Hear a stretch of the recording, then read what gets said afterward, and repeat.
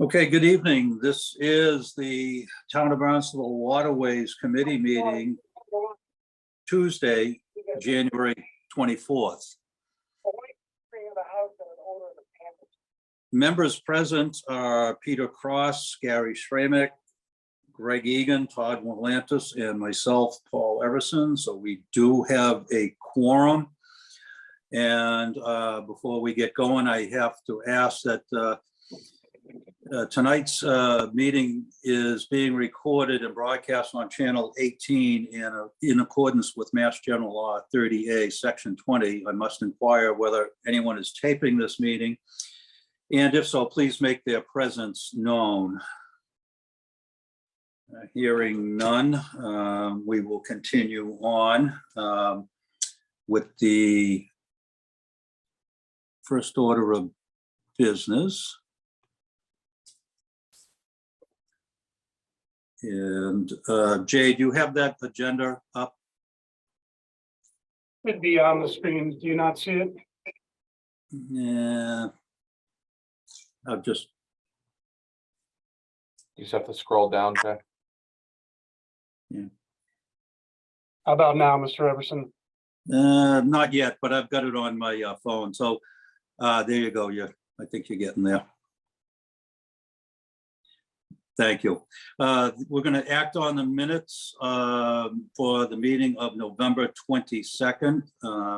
Has everybody in the committee had a chance to look at those? Yes. I would make a motion to approve the minutes as presented. Okay, I have a motion by Greg. I have a second. Okay. I didn't catch that. Do we have a second? Second. Okay, thanks. All in favor? Aye. Aye. Okay. Next order of business, we have the notices of intent. First one, Jonathan J. Jacobson and Donna M. Matthias at 340 Hollidge Lane, Marston's Mills. Map 81, parcel 10, applicants propose to repair or replace existing stairs and to construct and maintain a seasonal pier.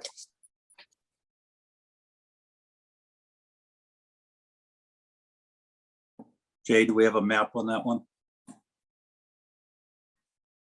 Yes, sir. I'm sorry. My GIS is acting up a little bit here, but I got it pulled up for the committee. Okay. NOI is located in Middle Pond. From the look of the plans on the proposed NOI, they're looking to add a 50-foot pier here to the back of their property. I did compare it to the other docks in the area, and it seems to be along the same length. And I don't see a lot of navigation here along the shore there. So the Harbor Master Department doesn't have any concerns with this proposed project. Okay. Any of the members have any comments on this one? It looked like there was neighboring piers in the same length and vicinity, so it seems okay with me if the harbor master's office is in support of it. Yeah, I would. Yeah, that's okay with me. I don't, if it's just a repair, replace, it's not an issue. I don't think. Okay. All right. Let's take a vote on this one. Peter?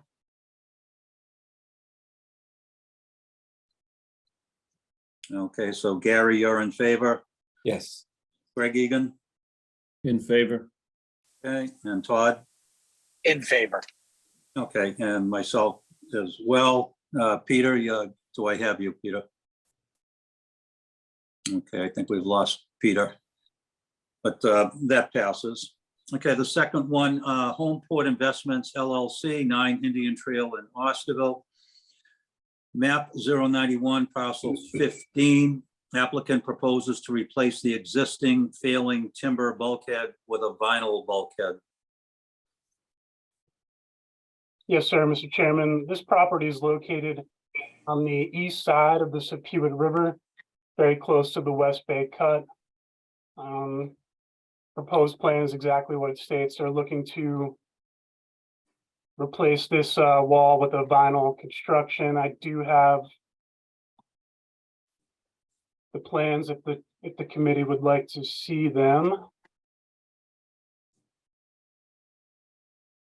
I'll pull them up for you now. Right.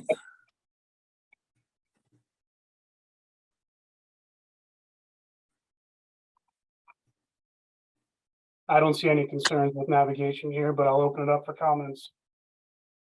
Yeah, that's going to be basically remove the old wooden one and put this one in exact same spot. That's correct. Okay. And actually may help some of that sand movement there too. I know that sand has been an issue down that end of the Sepuit. Okay, committee members, any thoughts or comments on this one? Are there any issues or concern about, when they remove the old, having sand backfill into the channel area?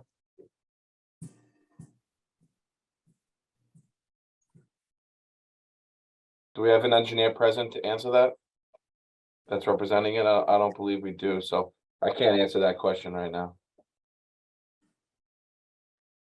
That seawall that's there is into the seagrass a fair amount. If memory serves me, we've spent a lot of time over there. I can't imagine that any of that material would make it, certainly as an untrained observer. All right, I just wasn't familiar with that particular stretch. I think it's the old Mellon property there, and that seawall is all pressure treated, and it's recessed from the waterway quite a bit. Do they plan to remove it or just butt right up to the what's existing? Based on the plans, I didn't get a good look. Where is the seawall in this picture? I'm not sure. I think this is an older image on the GIS, unfortunately, but I think it's right in line with their neighbors here. My memory serves me correctly. So is there beach grass in front of it? I believe so. No, okay.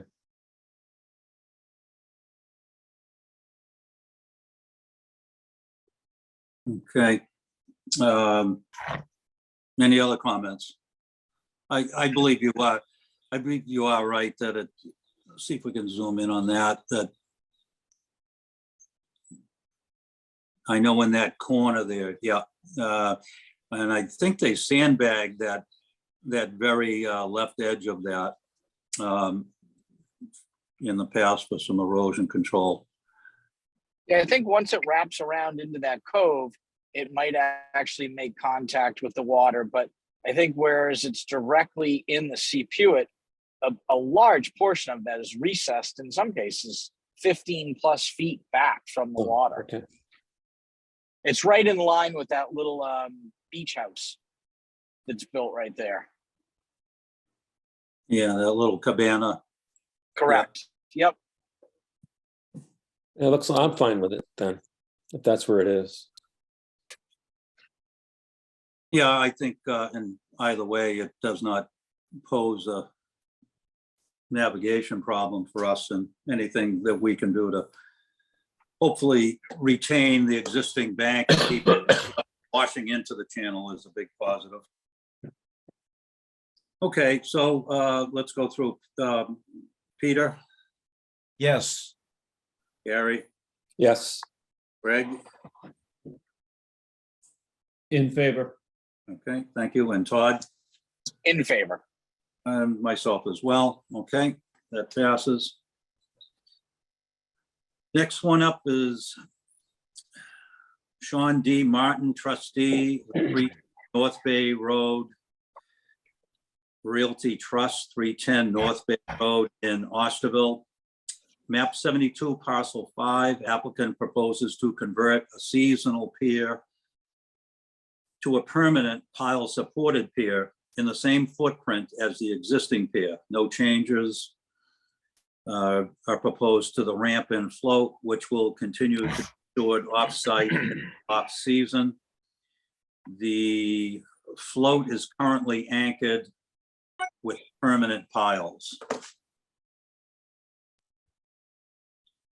So I have the property pulled up on the GIS for you here. It's just north of Tim's Cove. I'm sure everyone's familiar with this area right before you get into the Narrows. I did take a close look at the plans. There's my GIS acting up again.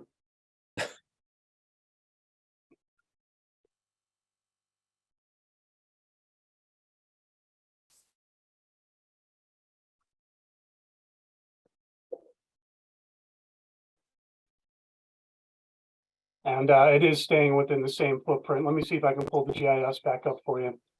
Okay.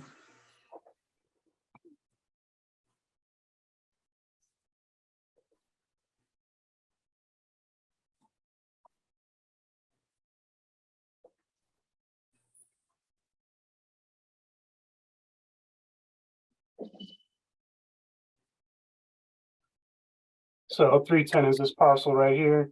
This is the existing dock. Is there an engineer here tonight to speak on the project? Yes. Arlene Wilson, AM Wilson Associates. I'm happy to answer any questions you may have.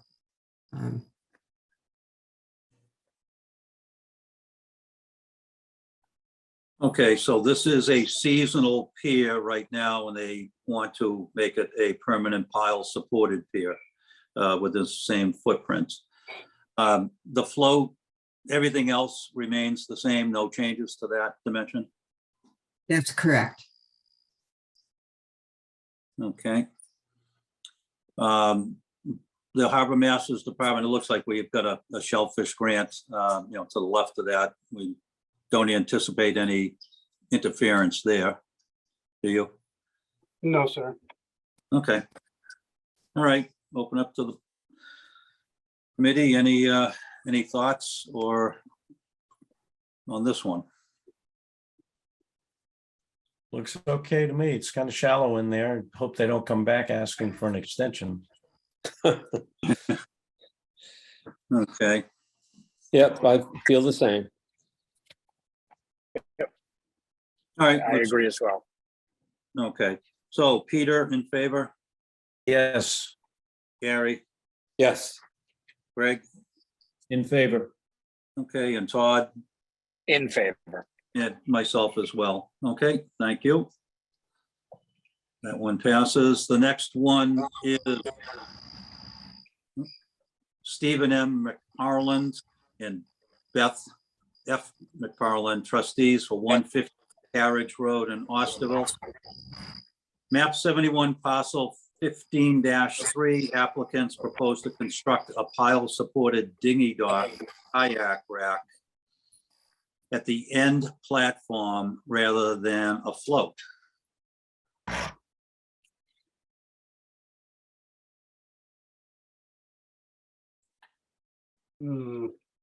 This property is located on the north side of West Bay. Once again, my GIS is not cooperating with me, so I apologize to the committee. Let me see if I can pull it back up for you guys. In the meantime, you can take a look at the proposed NOI here with their plans. It looks like it's sticking out 81 feet from the mean low water, which is comparable to the other docks in the area. We do have some navigation up here, but I wouldn't say it's a high traffic area.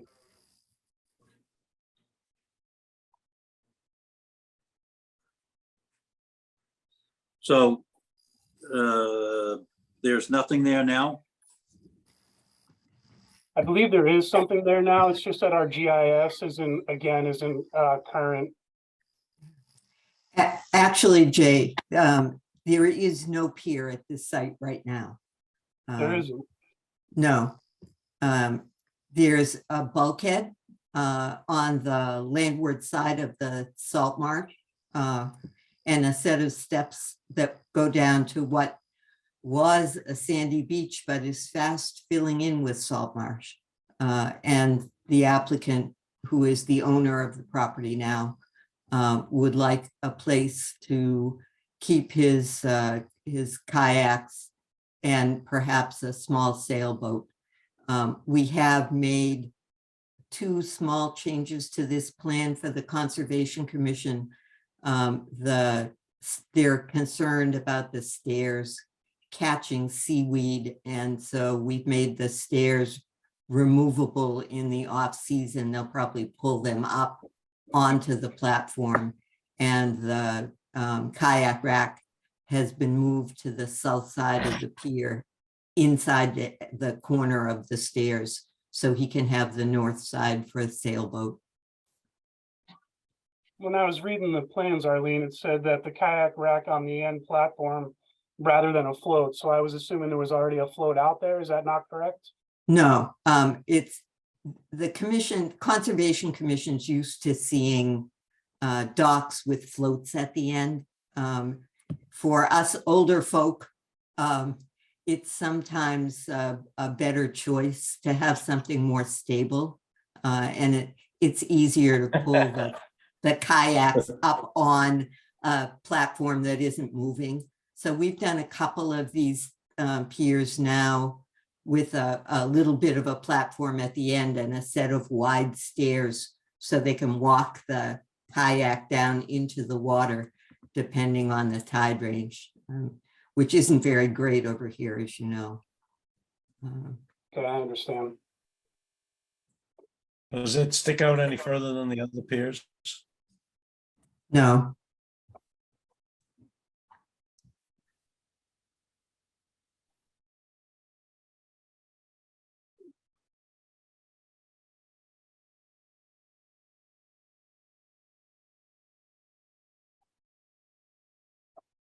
You can kind of see there, that's 83 feet approximately from mean low water. So it looks like it's right in line with the existing piers in the area. Okay. Again, that's one of our kind of considerations, that it's not going to go beyond anything else that's out there. Okay. Any other comments from the committee members? All right, we'll just throw it out there. Peter? Yes, I'm okay with it. Okay, Gary? Yes. Greg? In favor? Okay, and Todd? In favor. Okay, and I am as well. Okay. That one passes. The next one we have is Mark A. and Toby S. Collins, 142 Willow Run Drive, Centerville. Map 210, parcel 068. Applicant proposed to place and expand the existing timber pier with a seasonal aluminum pier. Proposed pier will be similar in length to the abutting pier. The pier will be removed and stored upland. The design of the pier incorporates lateral access stairs. Okay, so they're going to take out something that the existing timber, is that a seasonal timber pier, do we know? I believe that's the case. This property is located in Lake Wequaquet. It's in this little cove here next to the yacht club.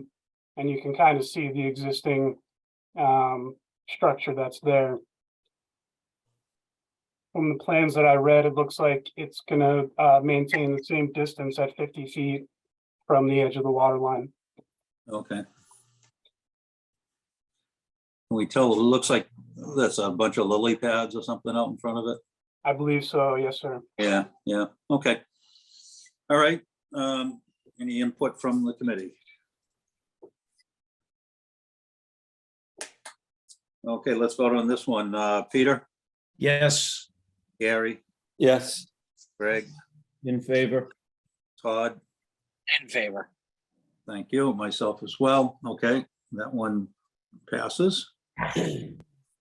Okay, the next one is John and Pamela Layton at 592 Papaneset Road in Katuitt, map 007, parcel 003. Applicants propose to construct and maintain stairs, a timber boardwalk, pier, ramp, and float. The proposed pier is for non-motorized vessels only. Applicants are seeking a waiver of chapter 237 so that the proposed pier can be located where the existing path is and not in the center of the applicant's lot.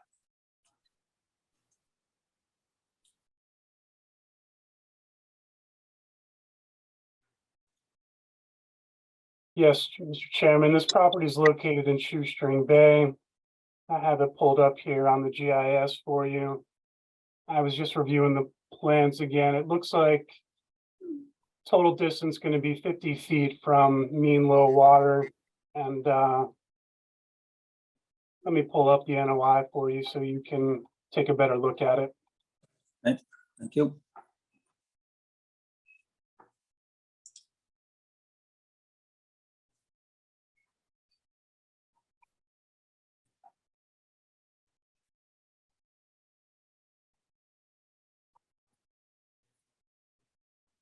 So these are the proposed plans here. Okay. I know that particular part of Shoestring, there's basically no water there. I think that's pretty evident on that. As far as the waiver they're seeking of chapter 237, where would they seek that waiver from? Conservation, they're looking to place it to the right side of the parcel, not in the center of the parcel. That's what the waiver Right. is. Okay.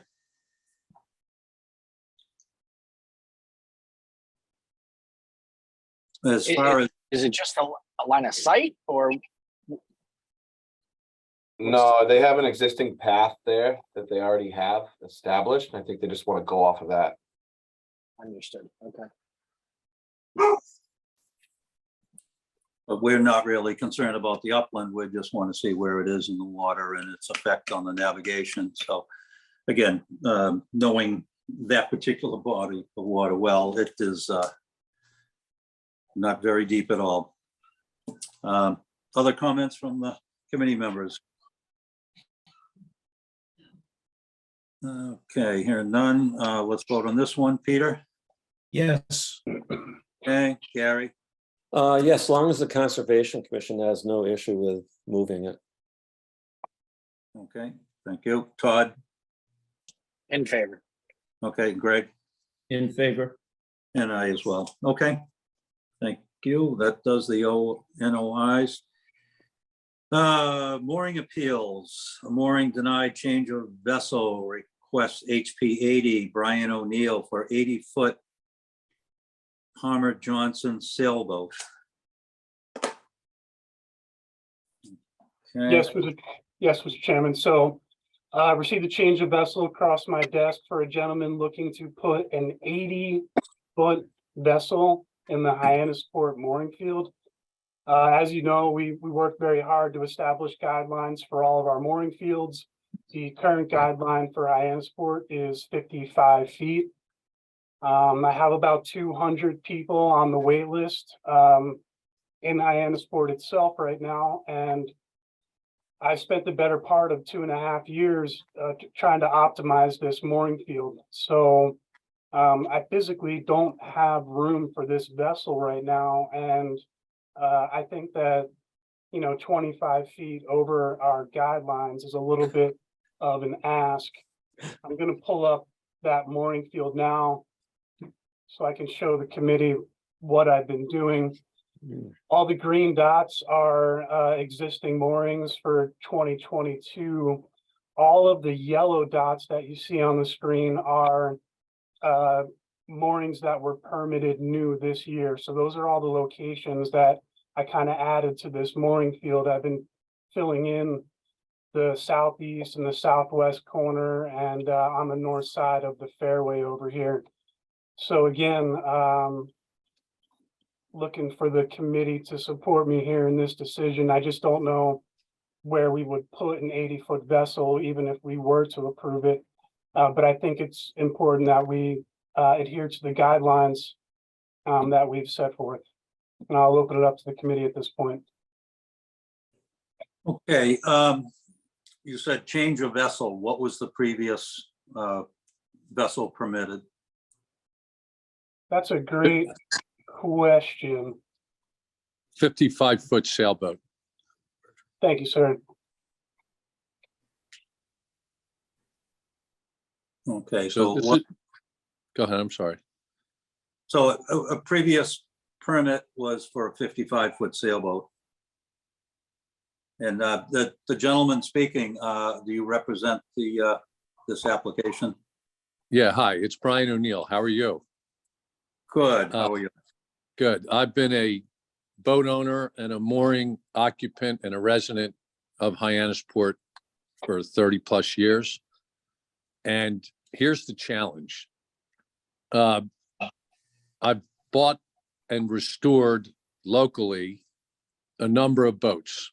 And I'm also getting a little older and want a boat with a cabin. And so I am attempting to purchase this boat, and I went to every marina in Osterville and Hyannis, and there are no slips. And so I think this becomes an issue that deserves global consideration. So boating supports a good part of the year-round community in Cape Cod. It's a reason why people own houses on Cape Cod. It's not the only reason, but it is a major reason. It's historically a driver for Cape Cod, and I'm a big boater. And all the boating I do locally, and I do it with all local people and local companies. And, you know, if we are not going to make accommodations for larger boats, then we're not going to be able to have them in Cape Cod because there's no other option. And I have on the Zoom with me, LJ Gallagher, who manages the moorings and spent some time looking at this field to see if it can be accommodated. I can tell you that I kept at one time a 115-foot boat here, White Hawk, not on a mooring, but on an anchor, and had no problem with that boat or its clearance or its swing. And while I understand that the harbor master and everyone worked hard on standards, and standards are important, I do believe, however, that they are just standards and guidelines, and that there should be consideration given to the industry itself and the opportunity to accommodate boats. And we are running out of slips and moorings. And so I understand the complication there, but I, for one, have had multiple moorings in this field for years, kept multiple boats there. I'm very familiar with it. And prior to this submittal, I went up and took a little boat ride around with our advisor, Mr. Gallagher. And we believe that this can be accommodated in a way that's safe. And of course, would agree to any agreement that required that to be worked out with the harbor master, and would ask for your consideration and let you know that we went to great lengths to accommodate this boat in other places, and that there are no other places. It just doesn't exist.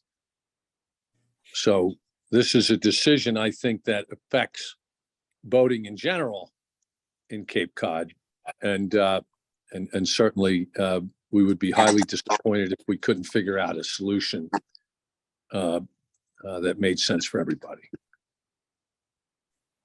Okay, thank you, sir. Thank you. Just a question, do you presently have any other mooring permits in the Hyannisport? Yep. Yes, I do. I have a number of them. I have 4 of them. I have 5 kids, and you know, they use different boats. I have a power boat as well. And so yes, I do.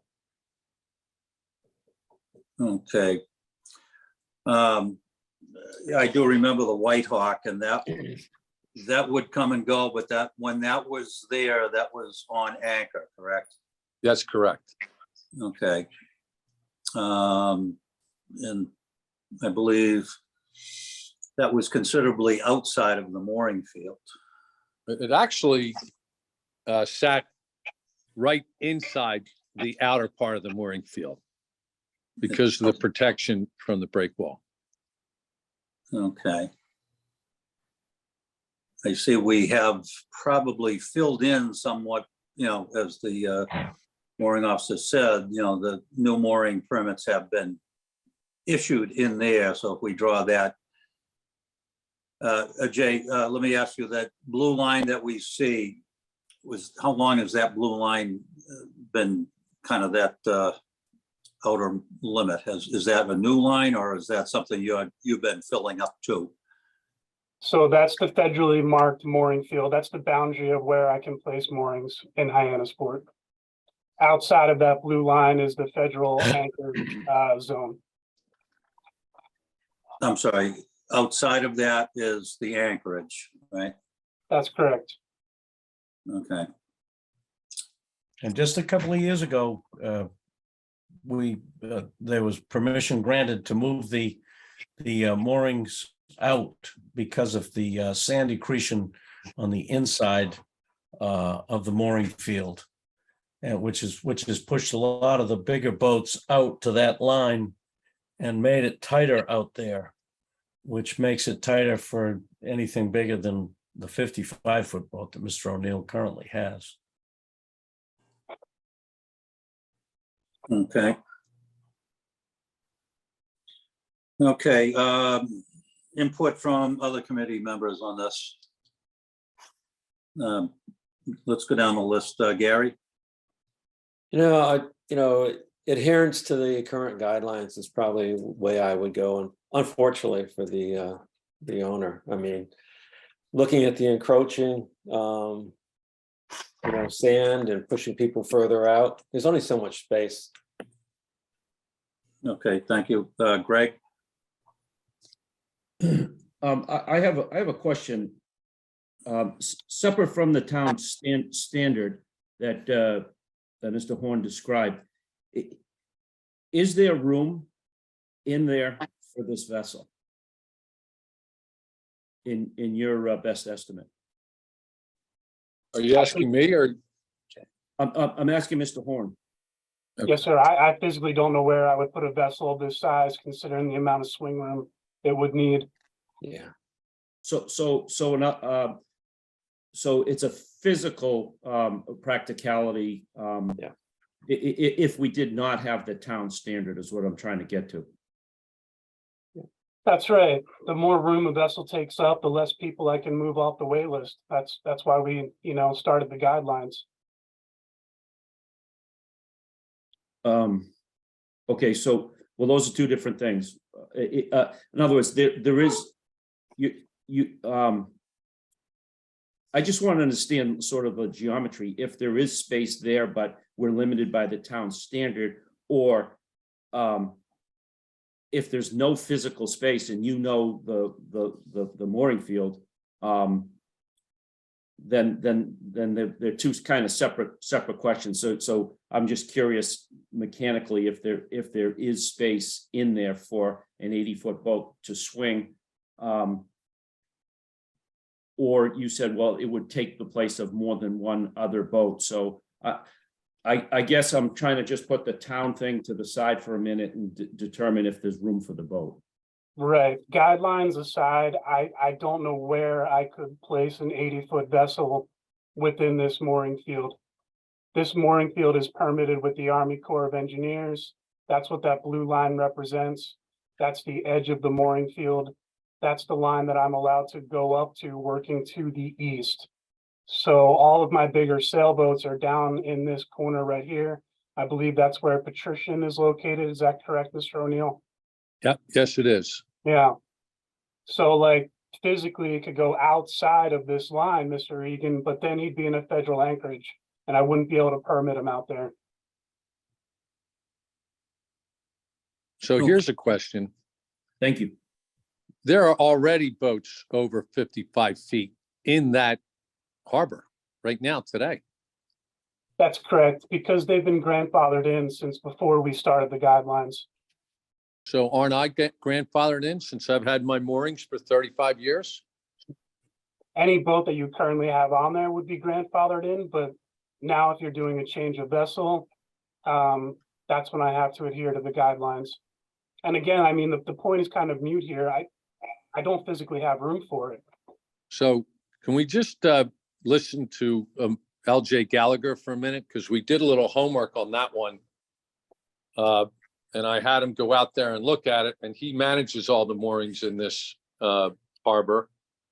And he had some thoughts on where he could put it. Can we give him a minute to at least share his thoughts on that? Absolutely. LJ, are you there?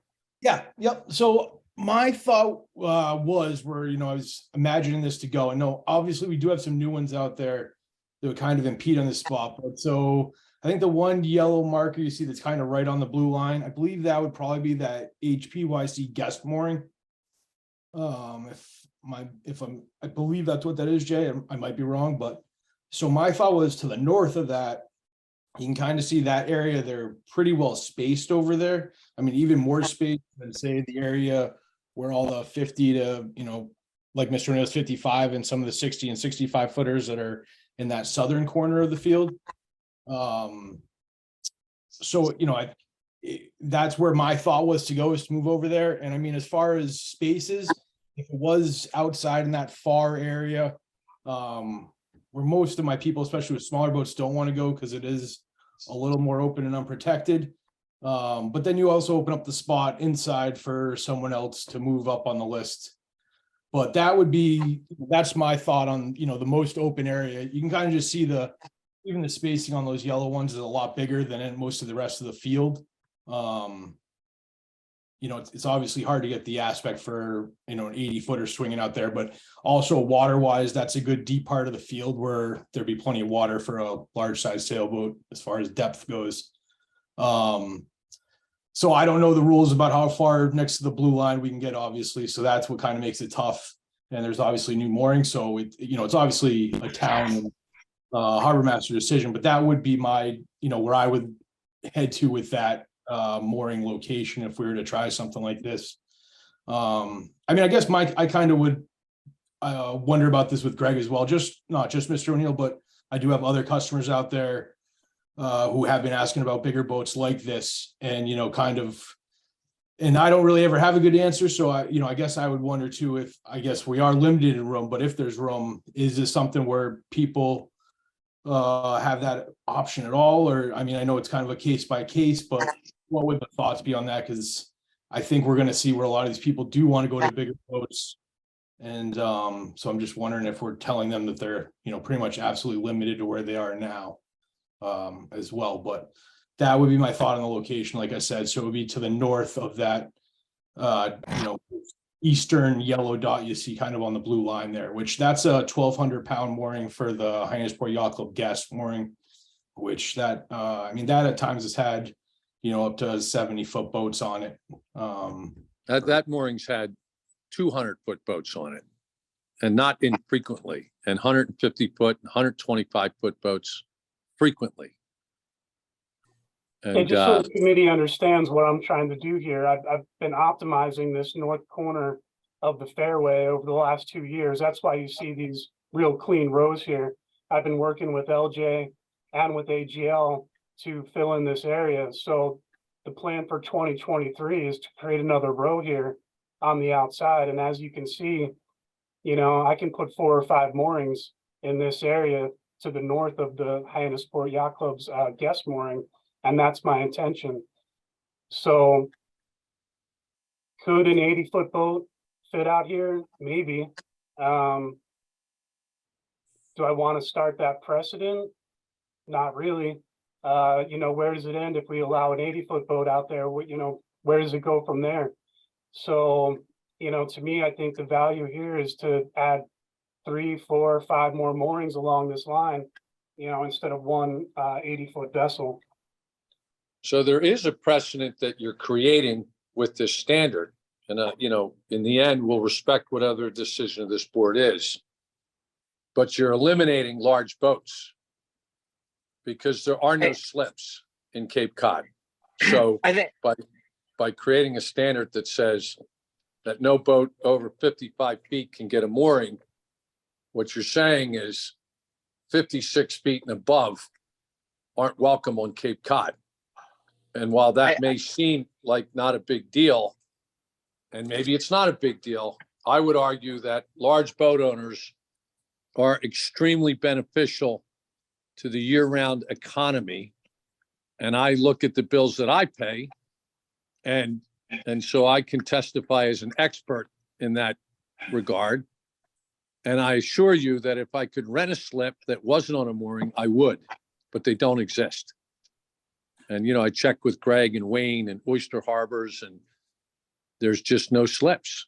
So I understand what you're trying to do, and I know it's not an easy job, and I don't want to question your authority or the wisdom of your standards. But setting a precedent goes both ways here. By not allowing it, you're drawing a line and saying that any boat over 55 feet is no longer welcome on Cape Cod. But Because on the, I On gotta the jump in reverse here of for a that- minute. Go ahead. May I Go ahead. speak? May I speak? Hold Go ahead, on, Mr. Galantis. hold on, Peter. Todd, you were up first. Go ahead.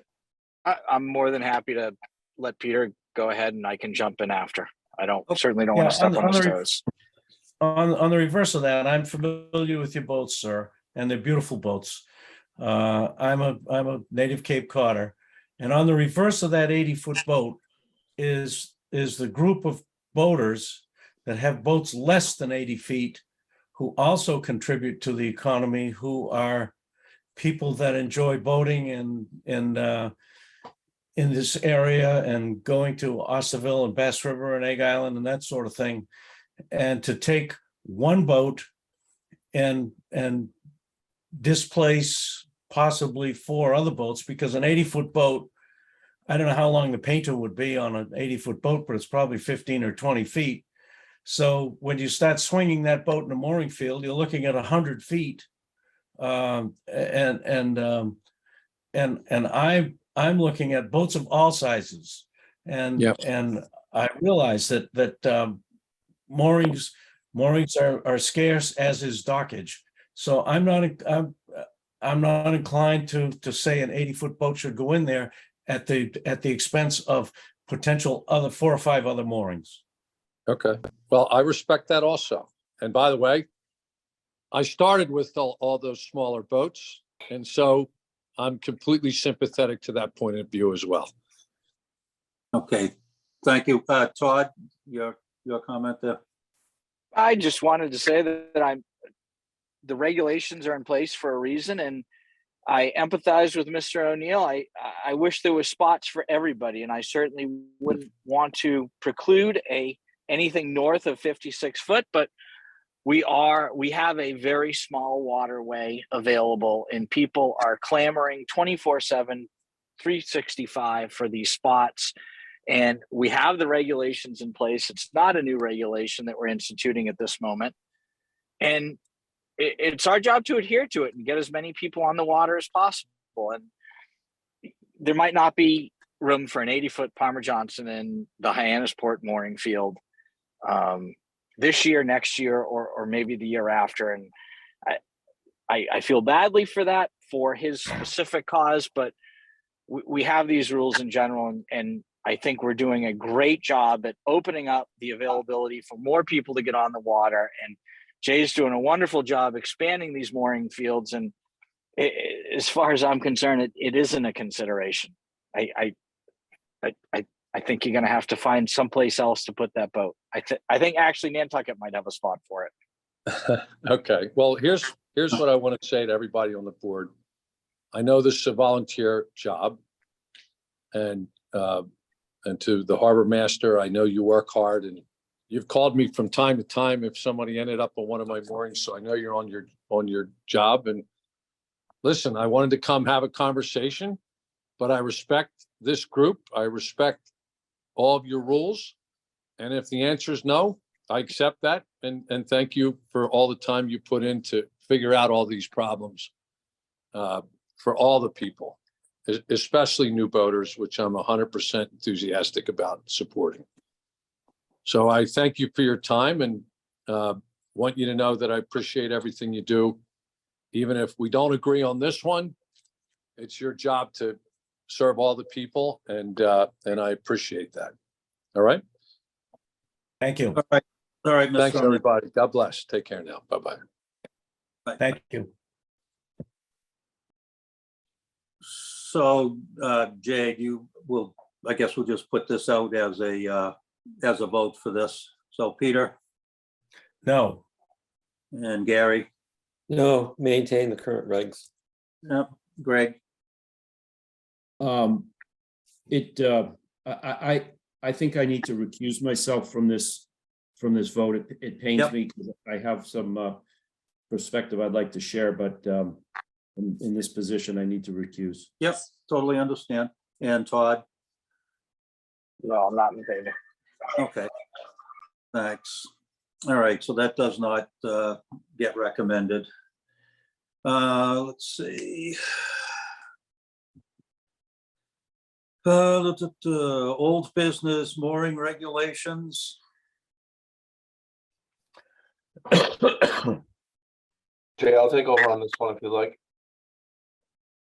Yeah, go ahead, Brad. I know we discussed doing a workshop here maybe after mooring renewal season is over.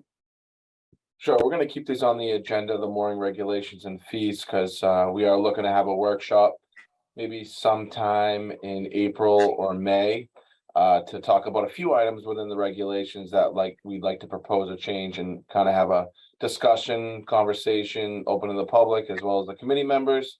And that's about it. All right. Any update on the marina fees? Yeah, marina fees. So we're close to kind of making a proposal for marina fees, for a change in marina fees. We have to work a few more details out, but again, we want to leave this on the agenda. It is coming.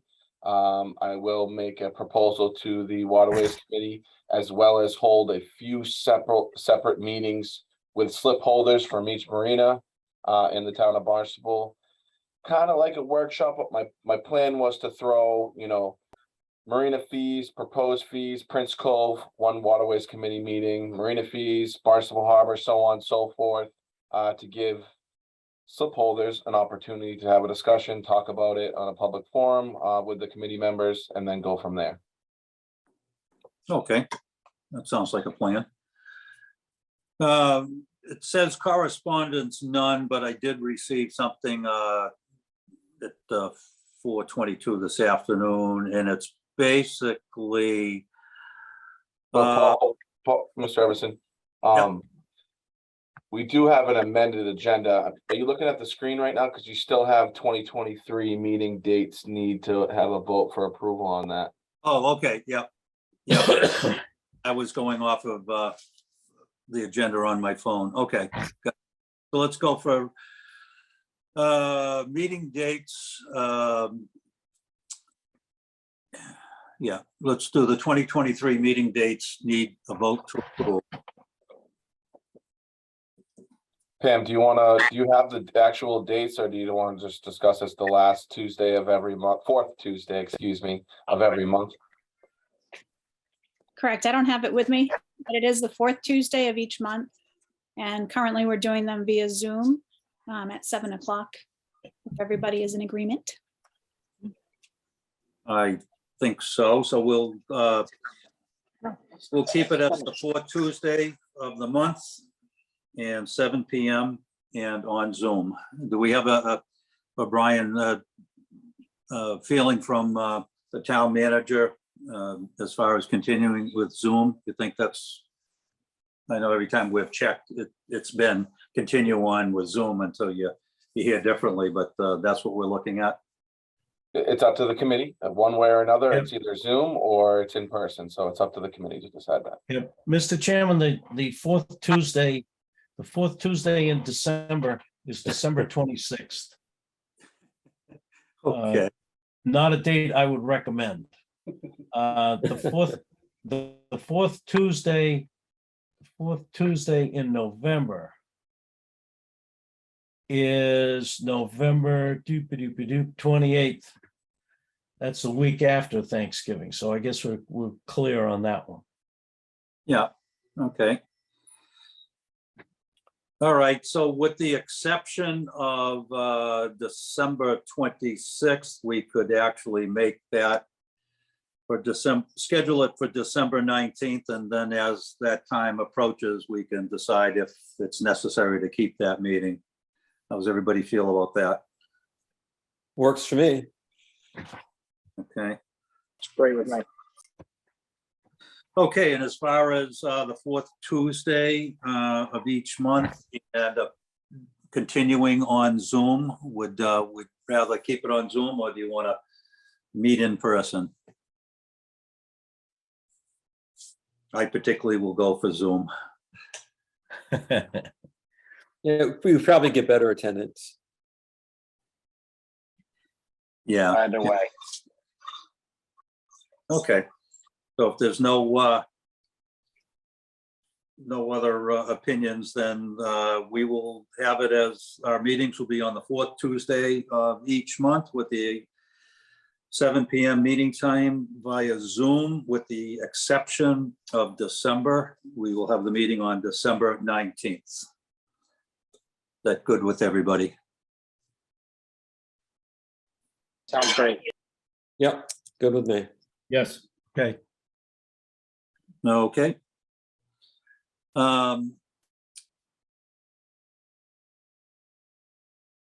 New business. Request for amendment to the agreement between the town of Barnstable and Woods Hole Martha's Vineyard and the Nantucket Steamship Authority. Who would like to handle that one? I believe we have a representative here from the Steamship Authority. Good evening, everyone. I'm Bob Davis. I'm the general manager of the Steamship Authority. I think also on the Zoom is a couple of members of my management team, as well as Robert Jones, who's the Barnstable representative on the Steamship Authority's board. So appreciate you taking this item up.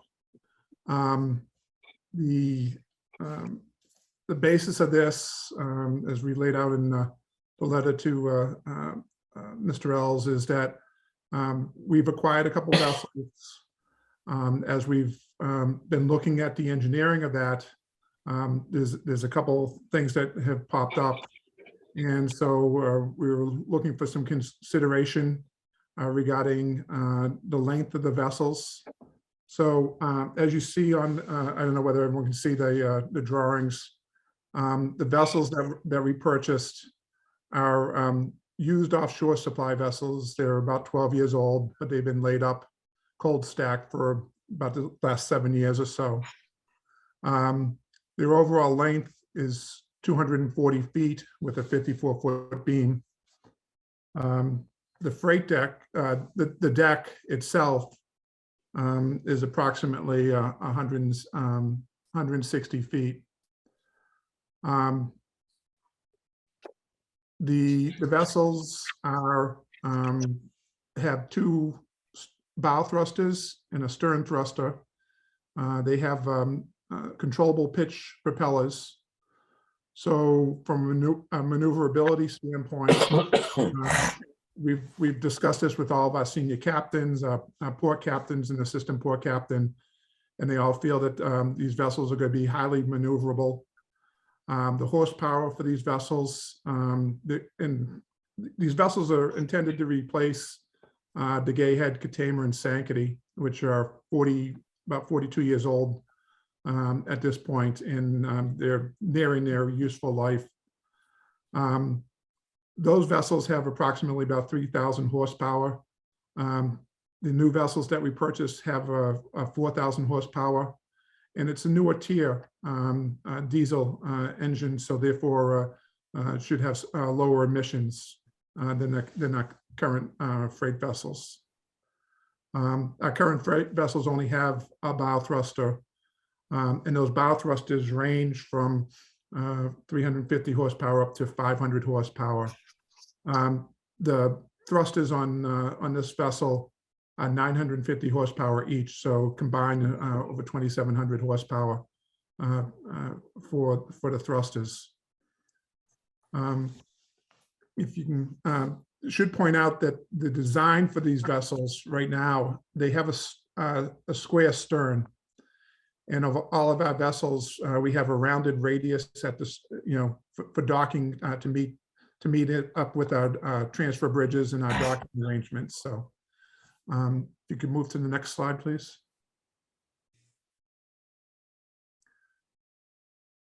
So this is a drawing from our naval architect. And on the middle picture there, you'll see a section that when we are looking at the modifying the vessel, we've identified a 20, we're going to need to add a stern piece, and it's approximately 19 feet. So now the vessel is up to 259 feet. So we've identified a section of the vessel that we're intending to cut out the middle, 24-foot section, to bring the vessel back to 235 feet. Next slide. So I'm sorry, sir, what's going to be the overall length when you're done with the modification? Well, our intent has been to go to the 235. However, as we've looked more at this, there's been some issues that come up in terms of the usable space on the freight deck, the open deck. So when we cut that out, the usable length of the freight deck ends up being 159 feet, I believe. Hold on, let me just double check that. Excuse me, 160 feet, which is less than what, or less than the Tamer and the Gayhead have, and comparable to what the Sankaty has. But the Sankaty typically doesn't run much on this run. It's primarily on the vineyard route. And as we go to the next slide, one of the things that we're looking to do is to include a marine evacuation system on the vessel to make it safer for, in case we ever have to get our passengers and crews off the vessel. So as you'll see here, we have the rafts, up on both the port and starboard side, up closer to the bow, and the access to that is going to be off the freight deck. The system itself is an inflatable slide.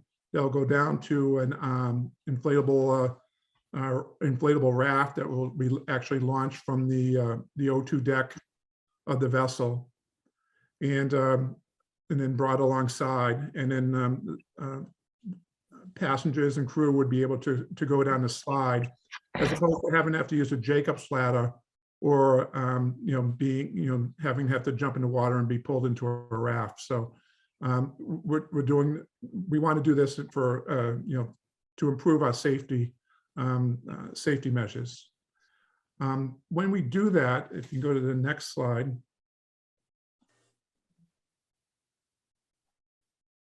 I think there's one before it, I think. It pops up and then disappeared. You need to go to page 4, please.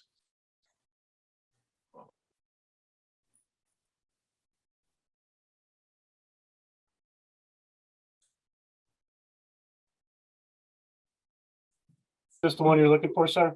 No, page 4. If you can go to page 4 on that. I think you're on 6 right now. 5. There we go.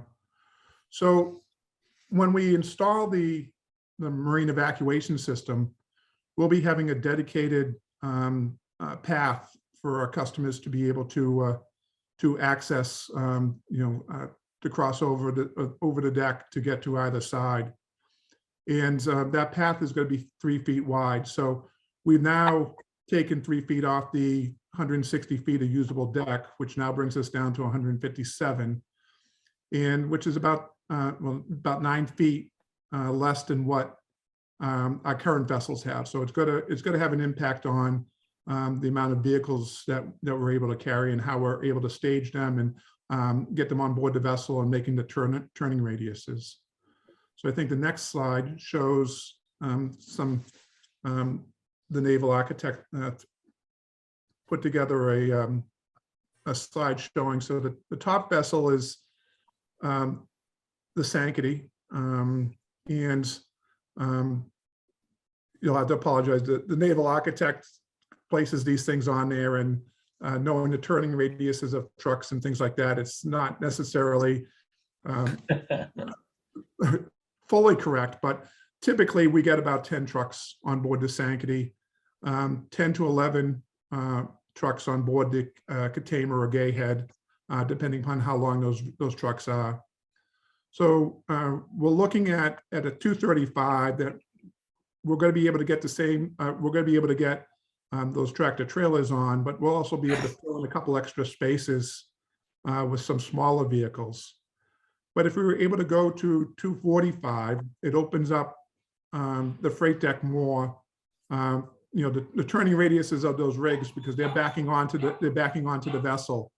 It's difficult to be getting on. So if you scroll down just a little bit more, you'll see the 245 design. So we're able to pick up a couple more smaller vehicles that we'd be able to put on the stern when we load the vessel, and still be able to afford to keep that accessible path to the marine evacuation system.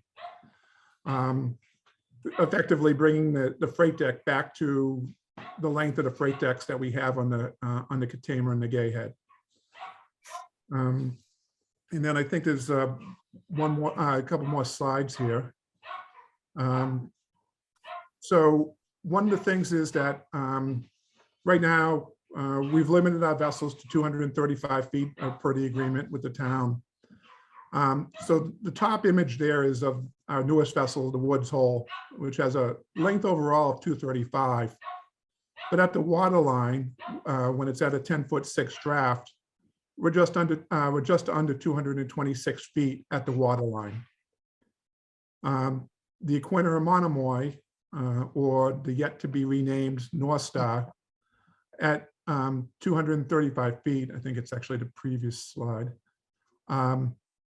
That water line, the length at the water line is 109, it's effectively 200 feet, it's just under 200 feet. So at 235, we're going to be 26 feet less at the water line than the Woods Hole that runs on this route for seven to 9 months a year out of Hyannis. And then at 245, which would be the next slide, if we were to gain that extra 10 feet, we're still only looking at under 210 feet for at the water line versus the 226 that the Woods Hole has. So we have the maneuverability of the vessel with the more powerful engines, the thrusters, the controllable pitch propeller. And then we also have that it's actually going to be from the harbor standpoint, it's going to be less at the water line. And the agreement itself with the town just identifies the length. It doesn't identify whether that length is the registered length or the length overall. These vessels actually, while they're 245 feet overall, 240 feet overall, they actually have a registered length of about 222 feet.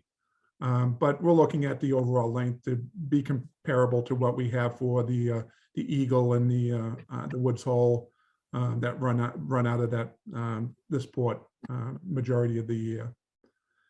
And then I think the last slide is just a quick shot of the Gayhead pulling into the slip, and the basin there where they turn around.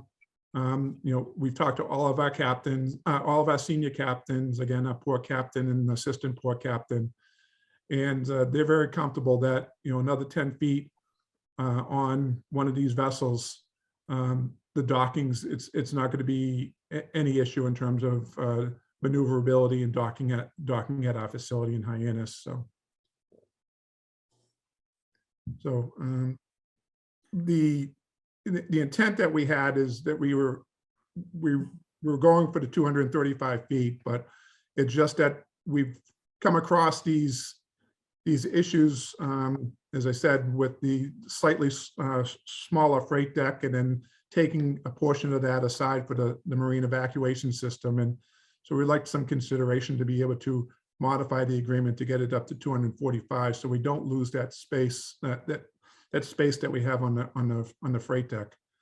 And you know, typically these vessels make 3 round trips a day to and from the Nantucket. All right, thank you, Mr. Davis. The Eagle is the largest vessel operated out of Hyannis. The Eagle and the Woods Hole would be the largest ones operated out of Hyannis. And what's the length, if you know, on the Eagle? The Eagle, I think, is 234. And the Woods Hole is 235. Okay. All right, so those are the 2 largest now. Okay. All right. Now, do we have Mr. Jones on? I saw him on here earlier.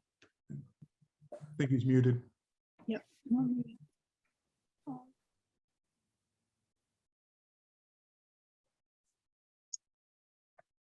Yeah, good evening, all. Good evening, My Mr. name's Jones. Rob Jones. Can you hear me okay? Yes, we have you. I'm not getting any response. Can you hear me? Yes, Yes. sir, we can hear you. Yeah, we can hear you. Oh, okay. For those that don't know me, my name's Rob Jones. I'm the town of Barnstable's representative to the Steamship Authority. And I've been on the board from the Port Council to now the Board of Governors for 20 years. Longest serving member on any board. And I also spent a few years as chairman of the Waterways Committee. And I can say I was pretty impressed by the GIS overlays and mapping out these notices of intent, so it makes it a lot easier. But I just want to go back a few years to explain a little bit. When the Steamship Authority, you know, came into town, that it came in just for the summer season and passengers, and a few years with no freight, and a few years later the freight was added, and there was an evolution over, you know, several years. And in the 90s, we had a number of agreements with the town. And from the 92, the 95, and the 97 agreements. And some of the agreements were, you know, negated some of the previous agreements, and some of them added to them. But in any event, one of the agreements which is particular to what we're talking about in the 235, was the town said that they wanted to hold the line for the vessels in the harbor at 235 feet. And that really wasn't a problem to the authority. The largest vessel was the Eagle at the time, and that was the benchmark. Well, as since that time, we built a vessel that is only dedicated to the vineyard. It is 255 feet. It's kind of foolish to build a vessel that's only dedicated to one harbor, but they did it anyway because they needed the room and the space. And that design was actually so good that we got a royalty from another ferry company who wanted to build a vessel that saves them, you know, a few $100,000 using our plans. But in any event, when the steamship went out to find a new vessel here, the goal was, and the benchmark was 235. That was it. But they don't just build vessels that are actually 235 and have the have the freight deck and all the design that we needed. So we, it was obvious that we'd have to go and either, add to the boat or diminish the boat to get to 235. And the naval architects drew up some of the plans, which Bob showed you and stuff like that, of what the vessel would do at 235. And so we were missing basically some of the space that we had on the Sankaty and the other boats, and which, by the way, started out at 185, and they were expanded to 235 and added sponsons on the side. So the beam was increased, to get the more baggage here. When they found these vessels down in Florida, these vessels are all redundant. Every vessel is the same as the other. And when we had them surveyed out, they were just in terrific condition, more so than somebody like myself was in the boat business, and hearing a vessel's been on the Hard or in the bayou there for 7 years, I begin to wonder. But it was remarkable at how well made these boats were and how they serve out. And so we were able to purchase now 3 vessels, and we're looking at another one. And the good thing is, as I say, they're all redundant. So that means your crews, you don't have to train a crew for a specific vessel. You can train them for one vessel and they can get on any vessel. So there's a big plus with that. When they also, put the ink to the paper, and they said, now let's see, what would happen if we could get at least, a little more length in this vessel. What would the number of trucks and automobiles we could carry? And it came out that the other, as Bob has already explained to you, that the other boats might be able to take 10 trucks, and a tractor trailer truck's about 65 feet in length. But we could add, probably 3 more onto the vessel. Now that doesn't sound like a lot, but it's huge, because each one of these trucks going to Nantucket, those things are going to have they're going to cost $500-600 each way to get to Nantucket. And if we can fit more trucks on the same trip, it's just a economic booster for the whole thing. Plus, as Bob explained, that these are tier 4 and tier 2 engines. And for those that may not know, the engines today they have tiers 1, 2, 3, and 4, with the dirtiest being 1, and then up the line.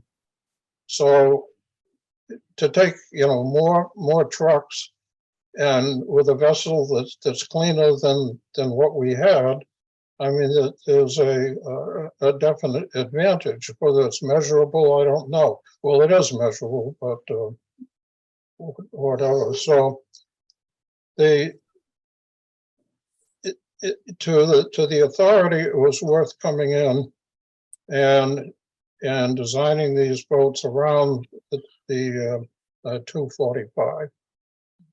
And when the town decided to go and say that 235 was the max, that was really just a political call. There was no science behind it. They just said, well, this is as much as we want in the harbor, and that's it. And for all of those years, this is back in 1992 when they first did it, and then they increased it to the largest vessel of 235 in 97. So there's the Coast Guard measures a vessel like this from the waterline. That's the documented length of the vessel. The length overall, in some cases, is just shadow over the water. The only question, because in doing the waterline, there was only a couple of feet added from what was there before. So the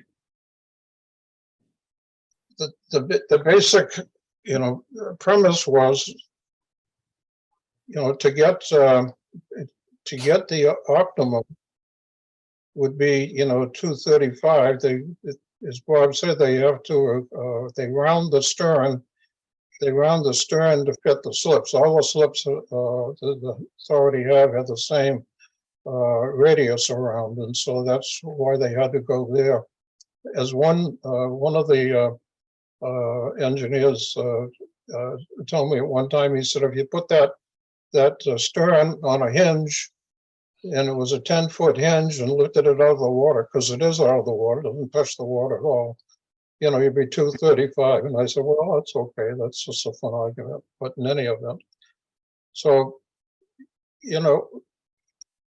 the steamship, has a mission.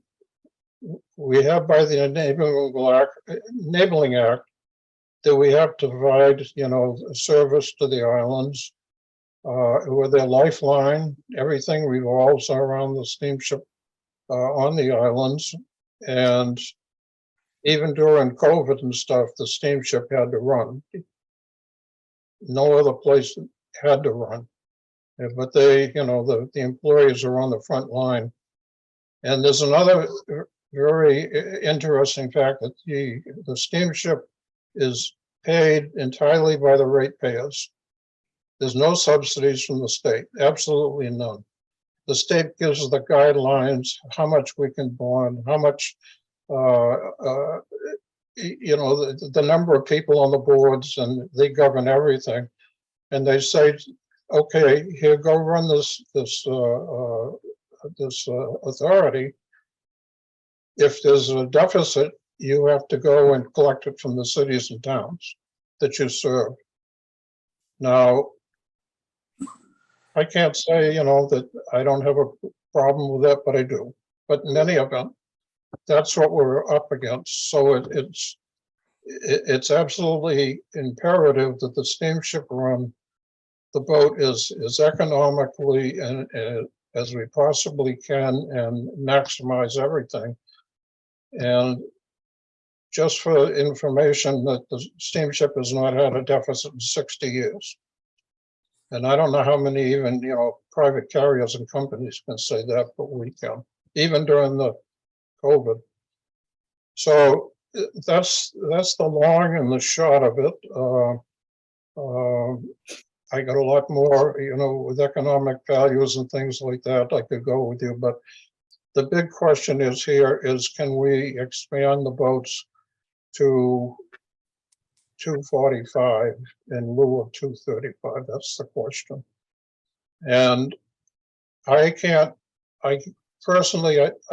been around this waterfront for years, and I'm very familiar with what I'm talking about. I can't see any downside in doing this. I can see a tremendous upside for doing this. These boats are highly maneuverable, and they're built so when they're out on the rigs and stuff that they can put themselves stationary right where they are. That's why they have the two bow thrusters forward and the stern. You can hold that in one place. We don't have that on any other boat.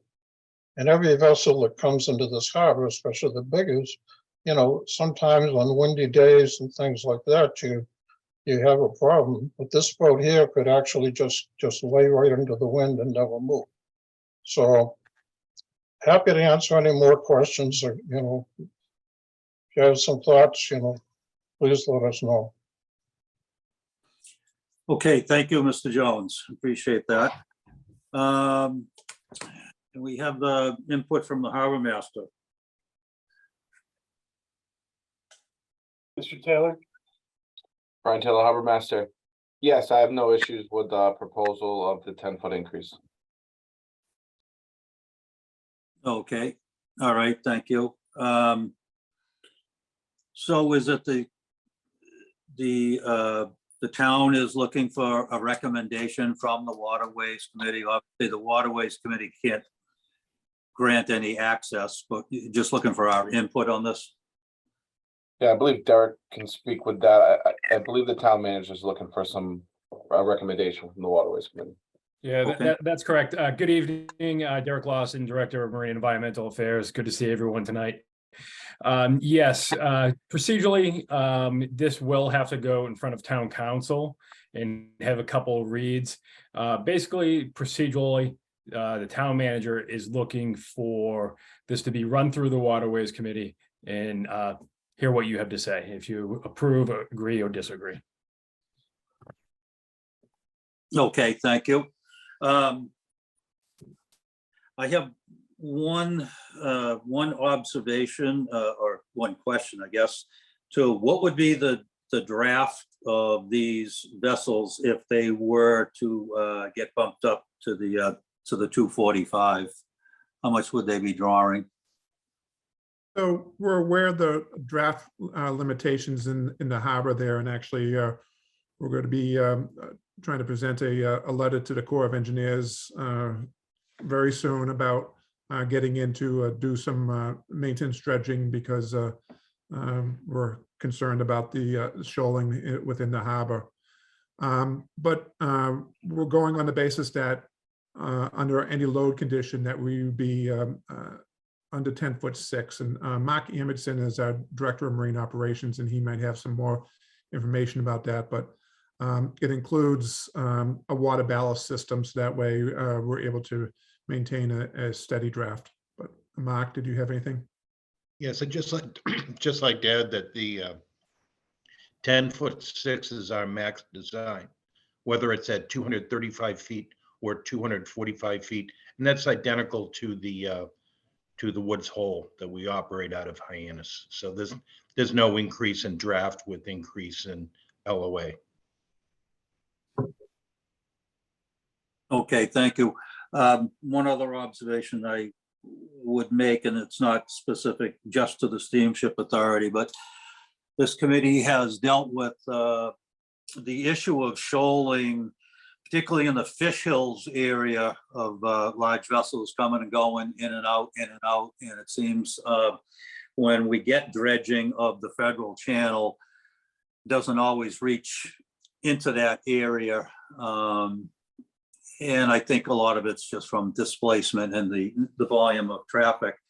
With this design, how many of these vessels would be home ported in Hyannis?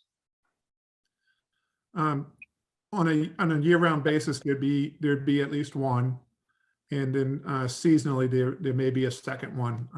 We adjust our schedule and in the complement of the vessels based on the demand, along with the the agreements that we currently have. So the passenger areas on these vessels, I should have pointed out earlier that the Katama and the Gay had effectively about 140 passengers.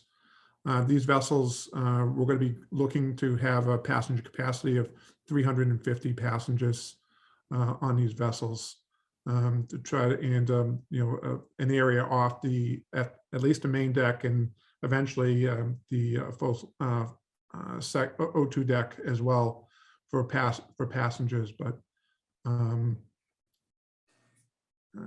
sorry, I apologize. I've lost track of what the question was again. No, we just Oh yeah, the number of trips. So we adjust it, and there's a possibility there's certain times of the year that actually we end up running more service because of the size of the vessels, and we're thinking that there may be an opportunity at times to be able to consolidate trips, to run fewer trips, perhaps if we have the added capacity. okay. Thank you.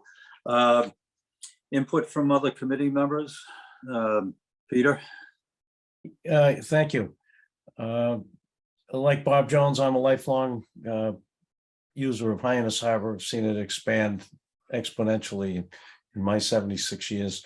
If you're adding more trucks to this, that means more trucks that are going to pound down Ocean Street, and more trucks that are going to turn up and go up to the corner by Bradford's Hardware onto Main Street. So to say that there's no impact is possibly true, but there is some impact in terms of traffic. And if you're putting more passengers on, that's more cars as well. So there needs to be some thought. And I don't intend to stand in the way of this or to vote against it. But the steamship has a tremendous impact on the shoaling. All you have to do is stand down on Dunbar's Point at Calmus Beach and watch any of the steamship as well as Highline boats go by and watch the amount of sand that's moved around. And I know that in my mooring in the Lewis Bay mooring field, I'm losing water every year. So, I'm not going to stand in the way of it, but there are things to think about when it's being considered.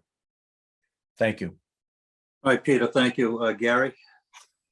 Yeah, I mean, the draft seems fine. The length seems appropriate for the terminal, and there's no navigation issues for the adjoining slips or berths. The shoaling is an issue, but I don't know if there's a dredging plan to accommodate the mooring fields. That might be, like I said previously, that would be maybe something to work out. But I have no issue with the proposal. Okay, thank you. Greg? I disagree a little bit with my colleagues about the shoaling. These boats won't cause any more shoaling than are in the current steamship fleet. I see no impact to the town for this proposal. I would hope that this board would act favorably on this at the 245 feet. I don't see any impact to the waterways or navigation. I think it's a great upgrade for capacity with the steamship. In fact, I see positives for the town with increased maneuverability and safety in the harbor, lower emissions, increased safety for the passengers with the more modern platforms. I thank Mr. Davis and Mr. Jones for a great presentation, and I'm in support of the request and our positive relaying of this up to the town manager. Okay, thank you. And Todd? I'm in favor of it. Okay, thank you. So as far as this committee is concerned, I would say would all be in favor of the proposed upgrade. Some members noting the concern as to the shoaling and of displacements from the vessels, not only steamship, but Highline or any other large vessel operating as well. We are pleased that these newer vessels will have a better emissions, more passenger safety, as Mr. Egan noted, and as an upgrade. So I would say we would stand as a committee in favor of the upgrade. Thank you, gentlemen. Yes. Thank you for that. Okay, thank you, Mr. Davis and Mr. Jones. For the harbor master, you need anything further as to our endorsement of this? Not at this time, thank you. All right, thank you. And I think we had one other correspondence that came in about the hearing for a renewal of aquaculture grant for Philip Boudreau. The letter that I received, I guess that already has been acted on since the hearing took place on January the 4th, but just to read that into our record. Harbor Master report. Yes, sir. Make it short for you, gentlemen. I just have some statistics for the 2022 mooring program. For several years, from 2016 to 2020, we were hovering around 2,300 mooring permits in the town. 2021 saw our biggest increase in the past couple of years, where we got it up to 2,450 permits. Last year, I was able to add 70 more permits to our total. And we came in at 2,519 for 2022. So I'm trying to do the same thing that I'm doing in Hyannisport for all our mooring fields. I'm out there every summer. I go out with the GIS, I identify holes, I look for moorings that might be able to shift a little bit so we can accommodate another boat next to them. And I'm just trying to move the wait list as much as I can for the town. This year I offered 390 moorings. We were able to get 109 people off the wait list. And we also had, one of our first mooring lotteries in 3 or 4 years, if I'm not mistaken, which generated the town $38,545. So yeah, that's it. I'm working for you guys. I'm working for the town, doing the best I can. Great, thank you. Let me go back to that agenda. I don't have the updated one on my. Thank you. Okay, so matters not reasonably anticipated by the chair. I do not have any other matters to be brought up by any of the committee members. I just had a quick question. We talked about the dates. Are we going to get a communication that lists the dates of the meetings written down? That would be helpful. Yeah, Sure. I can have Pam send it out to you guys.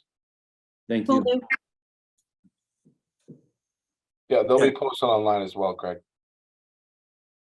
Thanks. Okay. All right, I guess I'll ask for a motion to adjourn if there is no other business. So moved. So moved. Okay, Second. move second, all in favor, aye. All right, thank you Aye. very much, everybody. A little bit of a long meeting, but a lot accomplished. Appreciate it. Thank you very much.